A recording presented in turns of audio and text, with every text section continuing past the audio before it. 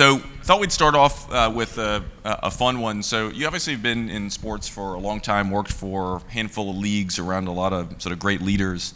And so, I'm sure a lot of the job has not surprised you. But what's something, you've been 18 months-ish now? What's something that surprised you about being commissioner?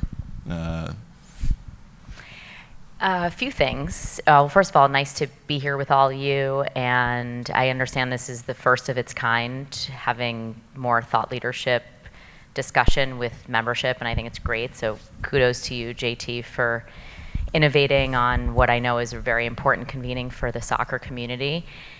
I think two things come to mind that have been surprising. The first, more on a personal, professional level, which is that I worked at the NHL for 13 years directly for Commissioner Gary Bettman, and being the diligent, hardworking person that I am, I always felt like I was the decision maker, even though it was actually him.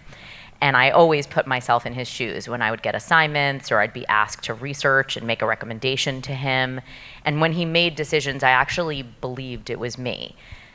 Then I realized when it actually was me, where the buck stops with you, and I know you can relate to this, JT, it is wholesale different. And I actually called Gary about 6 months into the job, and I said, wow, I really underestimated and underappreciated what it actually feels like when it is your decision. You have to stand behind it and answer to internal and external stakeholders. So that's probably just a universal observation, not specific to the NWSL. But the second thing, I think you know this, JT, I spent my whole career working in men's sports with and for and on behalf of male athletes. And there were a lot of things that I took for granted during my 2 decades working in the Big Four, Big Five. I didn't actually work with Major League Soccer, but spent most of my career, in addition to the NHL, working with the NFL, Major League Baseball, and the NBA.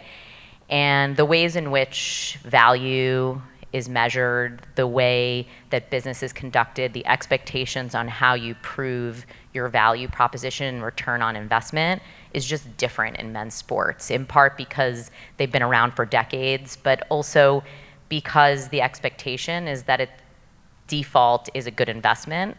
Women's sports, it's been my observation in my almost 2 years in the role that we have to actually prove our worth, and the baseline expectation is that it's not worth investing in, so we have to actually work to extract the value for the marketplace, which makes it hard, and that is definitely different.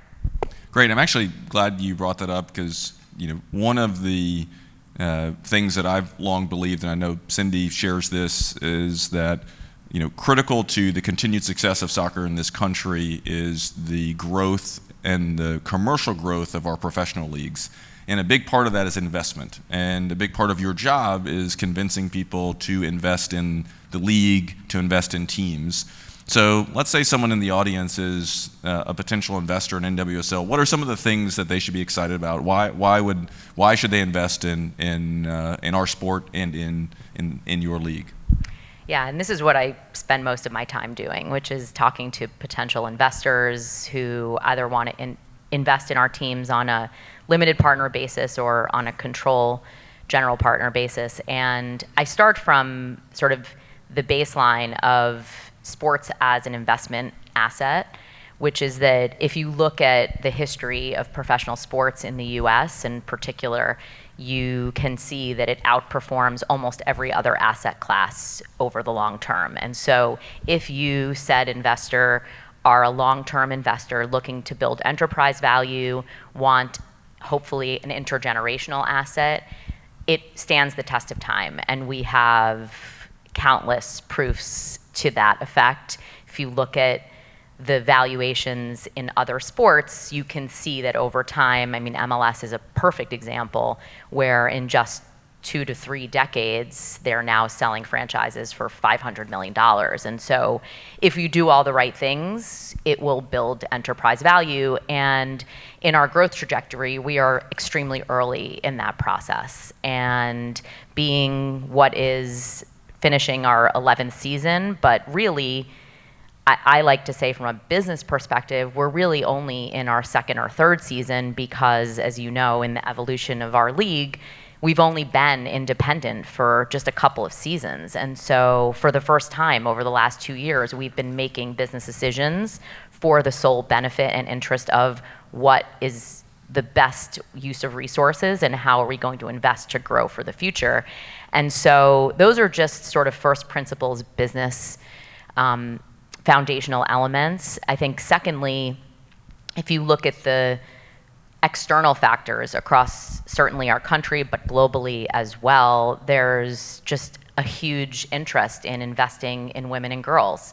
And it's not only because it's the right thing to do and because you care about cause, or maybe you have a daughter or a sister or a mother, or you are a woman, but it's also because women control 80% of household spend. This is like demonstrated with data. And so if you want to engage that demographic, this is an incredible way to do that. And so you start from sort of those data-driven pieces, and then of course you look at the history of soccer in this country, and when you close your eyes and think of greatness in soccer, you think of female soccer players here who have proven that women can compete on the field.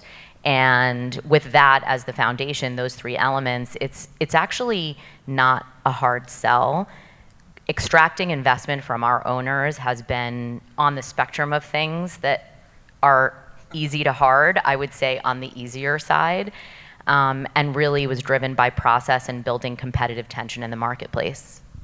Great. Speaking of competitive tension in the marketplace, you guys have announced some big media deals. And I'm curious how you thought about, and sort of working with multiple partners and very big partners in CBS and Amazon and Scripps Ion and ESPN. How did you think about that process, and why choose four? Why choose the way you did, and what do you think the impact's going to be? Yeah, so for those who don't know, we are coming off of a multi-year deal with CBS where all of our games were on CBS, and it's I think well known that we were not paid an appropriate amount of money, and most of our games were not available in broad distribution. So by way of example, 2023 season, we had 6 games on CBS out of the more than 100 games that we have. And so there's not really a meaningful opportunity for fans to discover our games. There's not a meaningful opportunity to engage and cultivate fandom. And so we had 3 goals going into our media process, and we call them the 3 R's: reach, revenue, and relevance. And we look at them really in that order. And so from a reach perspective, it was absolutely paramount that we end up with broader distribution, discoverability than we had in our prior deal. So in our next 4-year cycle, and we could talk a little bit about how we landed on a 4-year term, we agreed to have all in the collective, these 4 partners, more than 100 of our games are going to be broadly available on national TV in front of a paywall. And that reach, that discoverability will allow for us to reach new fans and find people where they are, where they watch sports. The second is around revenue, and we need investment, not just from our owners, but from sponsors and media partners in order to be able to grow this sport and to make this game what these players deserve, what fans deserve, and what we all know is possible. And so we actually increased the investment by 40 times.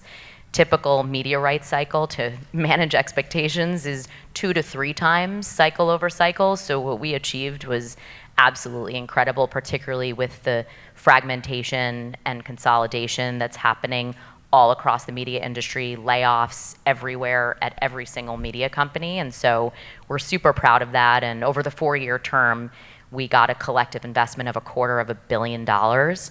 And then finally is about relevance. And so relevance, we really think about where are sports fans today and where are our future fans. So sports fans, of course, ESPN, CBS, ABC, Amazon now. Where are potential fans who may not be sports fans? Because we've actually learned that a good percentage of our fans are not men's soccer fans, and they're not male sports fans. They are lifestyle people. They are community members who are interested in culturally relevant and significant moments and movements. And so Scripps Ion is a place where they have had a specific strategy around investing in women's sports. They invested in the WNBA.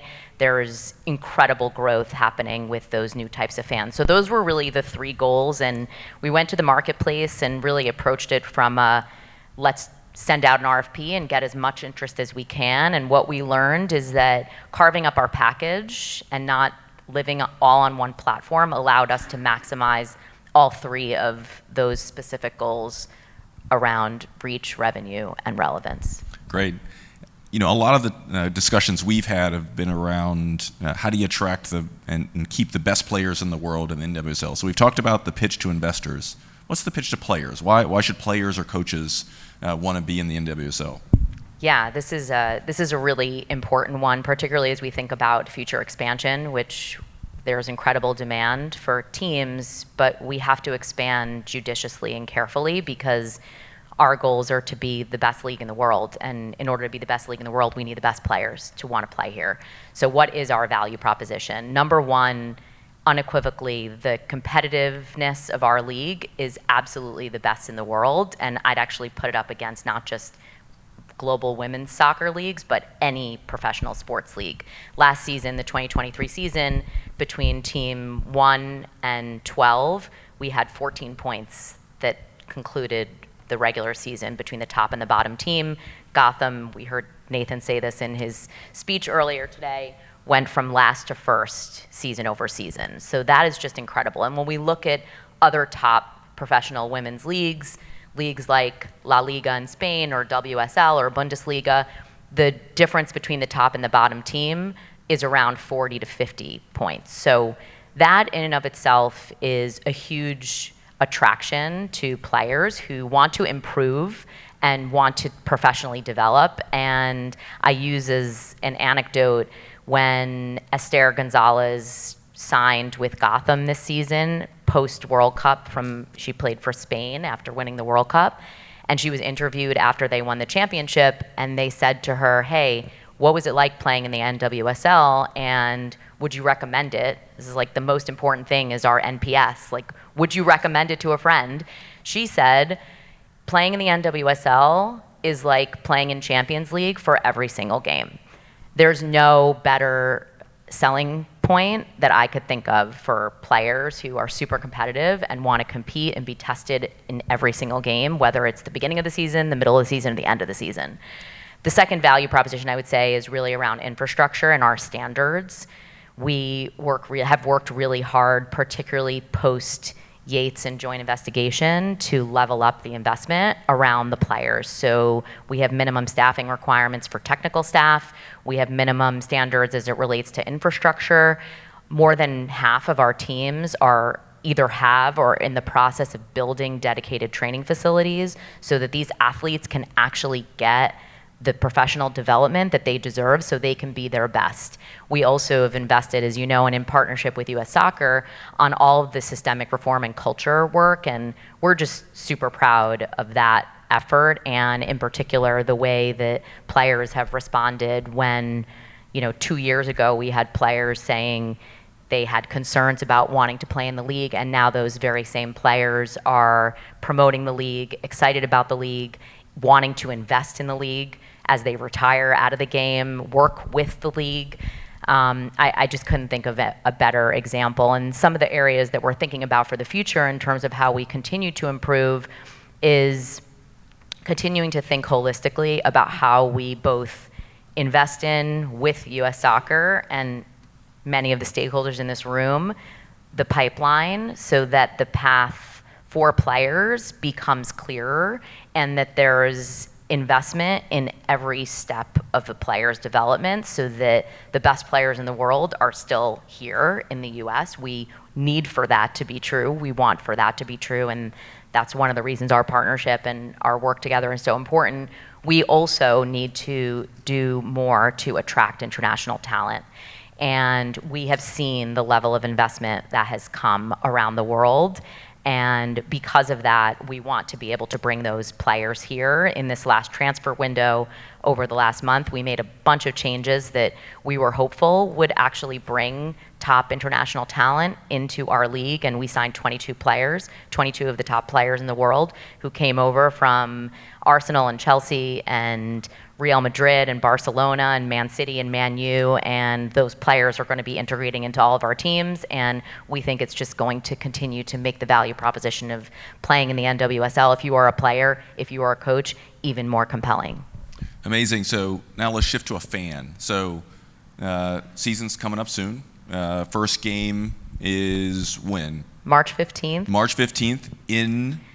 We're playing the newly reformed Challenge Cup. So this is the matchup between Gotham, who won our championship, and San Diego, who won the regular season, who won the Shield.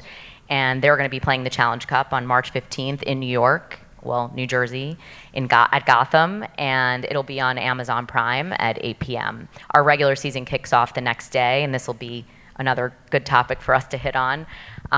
March 16th, we'll have our first game ever in the history of the NWSL on ABC, opening in Kansas City at Angie and Chris Long, many people know, invested in the first ever purpose-built stadium for women that is opening in Kansas City on March 16th, with the Kansas City Current hosting the Portland Thorns. So I have already booked a babysitter for Jack for the opener at Gotham. I want him to come. Yeah, 8 p.m. is after his bedtime, and I'd be in trouble with Mom if I do that. But let's talk about how big of a deal the stadium is in Kansas City and sort of what that signifies for the league, for our ambition as a sport. I'd love to hear more about that. Yeah, so if you look at Major League Soccer, and I think you actually talked about this yesterday and today, in what Commissioner Garber has achieved, one of the really critical strategies that they implemented is this idea that having purpose-built stadiums that you own and control not only is important for the fan experience, because playing in a football stadium is just not the same. American football stadium is just not the same. But also because from a business perspective, when you are a tenant, you don't control all of the revenue streams that you need to be able to optimize your business. Talk about concession, talk about parking, talking about merchandise sales. And also, when we're making our schedule, which is probably the hardest thing that we have to do on a season-over-season basis, we don't have access to the dates we need to be able to play at the times that allow for us to optimize our business, whether that's for ticket sales or for broadcast. And so the more we can control our stadiums, like MLS has done, the easier it'll be for us to grow our business. And so what Angie and Chris have done have said, we get it. We are smart business people. We understand that if we own and control our venue, we'll be able to build a business that allows for us to actually have outsized ROI. And I have no doubt that they will prove that. We already have a whole bunch of teams spending time with their bankers and their architects to think about the ways in which we could do that. I don't know that there are many Angie and Chris Longs in the world who can get it done the way they did in the time frame that they got it done, which honestly I've never seen in 25 years in professional sports. But I do think that it's the first of many to come. And another good example of a market where that's happening is Boston, where they were actually, although Angie and Chris privately financed the entire investment, which is incredible, in Boston, our ownership group was able to partner with the city, which again is really uncommon these days. But because they see women's sports and the NWSL in particular as a gift to the community, it's a value proposition to the community. Mayor Melanie Wu actually came to us and said, as part of the expansion process, we want to make this happen. We want to build a stadium for this team with you because we believe it has that much value for the community. You talked about the pipeline earlier, and obviously this room is representative of so much of the soccer community. How are you guys thinking about the sort of evolution in sort of the world of player development and sort of how NWSL wants to partner with the soccer landscape? Yeah, I think this is the next frontier for us. We've spent the last almost 2 years working on building the foundation and addressing the systemic reform and culture issues. We feel like we've done a really good job. Obviously, that work will continue. That's not a check the box and one and done. It will continue, but we feel like we've built the foundation with the minimum standards that we put in place. From a business perspective, we've right-sized our media deal. We're building our sponsorship business. We've obviously continued to grow ticket sales. Our average attendance is now over 10,000 a game. All those things are great. The next thing we have to tackle, we absolutely have to tackle, is the domestic player pipeline. And I know many people in this room know Tatiana Haney, who joined from Europe and who brings an incredible perspective and is going to be working specifically on exactly that in partnership with you, in partnership with many people in this room. We understand that there are a lot of people doing a lot of really great work, and we want to contribute to that in a way that adds value and is accretive to the collective goal of making sure that the U.S. is continuing to produce the best players in the world. One last group to potentially pitch to. You mentioned earlier you have 25 open positions to work at the NWSL. So if you're looking for talent, what sort of talent and how do people go about it? Yeah, well, we post every job. That's our policy. So every single job is on either Teamwork Online and I should say, on our website. I'll just, in terms of growth, just for frame of reference, when I was hired April 20th of 2022, I was employee number 18. We are now at 61 dedicated full-time employees, and we're going to be increasing to 82 this year. So just massive amount of growth and investment dedicated to the National Women's Soccer League. Most of those jobs, well, actually I would say they're spread across the organization. We have, probably most relevant in this room, Tatiana is hiring, I believe, 2, maybe 3 open positions. If memory serves me right, we're hiring people in strategy, we're hiring people in marketing, we're hiring people dedicated to operations, we're hiring people in security. We're really across the board leveling up, continuing to level up the ways in which we serve the professional game for women's soccer. Awesome. Well, I know our team loves working with your team, and so I can attest to anyone who potentially wants to join NWSL. It's a great place to be. Thank you very much, Jessica. Safe travels, and congrats on everything. Thank you so much. Thank you.